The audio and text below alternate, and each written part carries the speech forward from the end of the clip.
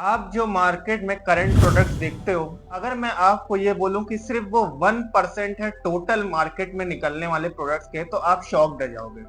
उसके पीछे का रीजन ये है कि हम जो भी प्रोडक्ट्स यूज करते हैं या जो भी एप्लीकेशंस यूज करते हैं या जो भी वेबसाइट्स हमारे नजर के सामने आती हैं, जिनको हम लोग डे टू डे लाइफ में यूज करते हैं, वो सिर्फ रिलेटेड होती हैं हमारी करेंट प्रॉब्लम से। एंड मैं आपको ये बताना चाहता हूँ कि मार्केट में 3 तरह के प्रोडक्ट्स एग्जिस्ट करते हैं और ये तीनों तरह के प्रोडक्ट्स अपनी अपनी टारगेट ऑडियंस को कैटर करते हैं और बहुत सी अलग अलग चीजों पे, फैक्टर्स पे बेस्ड होते हैं। तो फर्स्ट थिंग कि अब ऐसा क्यों है कि सिर्फ 1% प्रोडक्ट्स ही हमारे आंखों के सामने आते हैं। और कभी कदार आपने ये भी नोटिस किया होगा कि बहुत से ऐसे प्रोडक्ट्स थे जिनको आपको पता लगता है अचानक से, बड़ा जब आप उनके फाउंडिंग की डेट या ऐसा फाउंडर्स का देखने जाते हो या कब वो एस्टेब्लिश हुए तो देखने जाते हो, तो आपको पता चलता है कि वो बहुत टाइम पहले के हैं। Like for example 5 years 10 years back के उन पे बिल्ड करना शुरू हो गया था या मार्केट में आ गए थे। तो ऐसा क्यों है कि वो इतने अच्छे प्रोडक्ट होने के बाद भी अब वो आपकी नजर के सामने आ रहे हैं? रीजन इज कि मार्केट में 3 तरह के ऐसे प्रोडक्ट्स होते हैं जिसको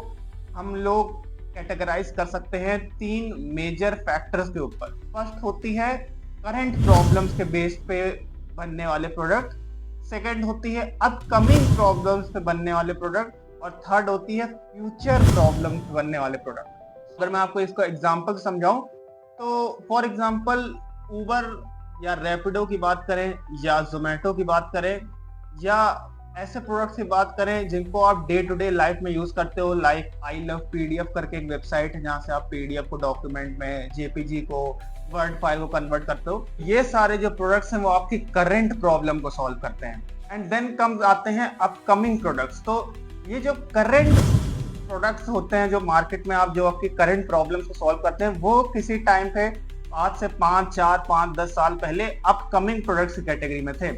तो अगर आप एक टेक एंथुसियास्ट हो या आप स्टार्टअप से बहुत ज्यादा जुड़े रहते हो तो आपको कुछ अपकमिंग प्रोडक्ट्स के बारे में ऑलरेडी पता रहता है। मैं आपको एक वेबसाइट भी बताता हूँ कि अगर आप चाहते हो आपको भी अपकमिंग प्रोडक्ट्स के बारे में पता लग जाए तो आप प्रोडक्ट हंट की वेबसाइट पे जाकर देख सकते हो। तो वहां से आपको ये पता लगेगा कि अपकमिंग प्रोडक्ट कौन कौन से आ रहे हैं।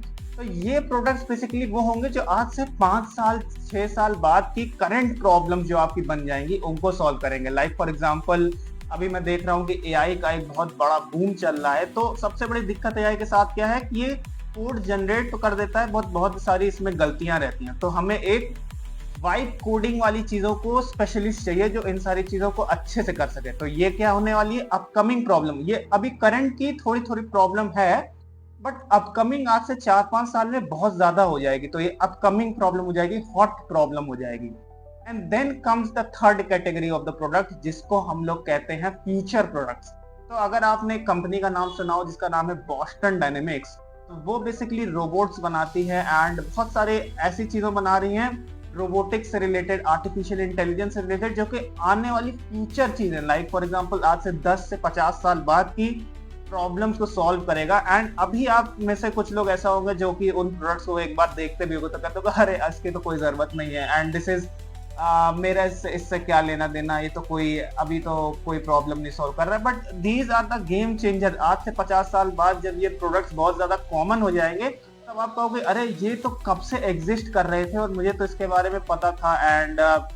And this is how the things change. तो बहुत से प्रोडक्ट्स होते हैं जो कि फ्यूचर की चीजों को देख के चलते हैं एंड बहुत सी बड़ी बड़ी कंपनियां भी हैं लाइक गूगल, माइक्रोसॉफ्ट, जो कि फ्यूचर प्रोडक्ट्स में वर्क कर रही है। तो अगर आप भी कोई प्रोडक्ट बना रहे हो या आप भी कोई प्रोडक्ट देखते हो तो हमेशा उस प्रोडक्ट की कैटेगरी को भी देख के चलना चाहिए कि क्या वो करंट प्रॉब्लम को सॉल्व कर रहा है, क्या वो अपकमिंग प्रॉब्लम को सॉल्व कर रहा है या क्या वो फ्यूचर के लिए बना हुआ है। तो ऐसा मत सोच के डिमोटिवेट हो जाए कि अरे मेरा प्रोडक्ट तो करंट प्रॉब्लम को सॉल्व नहीं कर रहा या मे बी मेरा प्रोडक्ट आने वाले किसी प्रॉब्लम को सॉल्व करेगा। तो आपको अपने प्रोडक्ट पे कंसिस्टेंट रहना पड़ेगा। अगर आप कोई प्रोडक्ट देखते भी हो तो उसको भी आप ऐसा सोच के चलो कि ये शायद आने वाले अपकमिंग चीजों को काफी इजी कर देने वाला है। एंड मैंने अपने 73-74 डेज की इस जर्नी में अभी तक यही सीखा है कि प्रोडक्ट को क्लासिफाई करना भी बहुत जरूरी होता है कि लाइक आपका प्रोडक्ट किस टाइम की प्रॉब्लम को सॉल्व कर देगा एंड उस टाइम वो क्या हो सकता है बिगेस्ट प्लेयर बन जाए। एंड मुझे लगता है कि जैसे फॉर एग्जांपल बोस्टन डायनेमिक्स जो कंपनी है वो आगे आने वाले टाइम में द नेक्स्ट $1 बिलियन इंडस्ट्री होने वाली है। और for example like crypto currency है या फॉर एग्जांपल आपके जो एआई के फील्ड में बहुत ज्यादा एडवांस्ड एआईज बन रहे हैं, जो कि न्यूरल नेटवर्क्स को माइंड की चिप में लगा के, like for example Elon Musk ने एक एक्सपेरिमेंट भी किया था इसके रिगार्डिंग। तो ये सारे प्रोडक्ट्स में भी आने वाले कुछ 50-60 साल में बिलियन डॉलर इंडस्ट्री बन जाएंगे, जब इनका एडॉप्शन होने लगेगा, जब ये फ्यूचर की प्रॉब्लम को सॉल्व करने लग जाएंगे। तो इस वीडियोस के लिए अगर आपको ये वीडियो अच्छी लगी, ये टॉपिक अच्छा लगा, तो आप प्लीज मेरे चैनल को सब्सक्राइब कर लीजिएगा, बिकॉज मैं अपनी स्टार्टअप जर्नी से जो सीख रहा हूँ वो आपको इस चैनल के माध्यम से बताने की कोशिश करता हूँ। एंड मैं अपनी जर्नी भी अपने स्टार्टअप से रिलेटेड यहाँ पे शेयर करता रहता हूँ, और बहुत सारी चीजें हैं टेक से रिलेटेड, और बहुत सारे टॉपिक्स हैं एंटरप्रेन्योरशिप से रिलेटेड, स्टार्टअप से रिलेटेड, जो कि मैं इसी चैनल पे आपसे बताता रहता हूँ। तो प्लीज मेरे चैनल को अगर अच्छे लग रही वीडियो सब्सक्राइब कर लीजिए, मेरी जर्नी को फॉलो कर लीजिए। मिलता हूँ मैं कल आपसे एक नई वीडियो में, तब तक के लिए अपना ध्यान रखिए।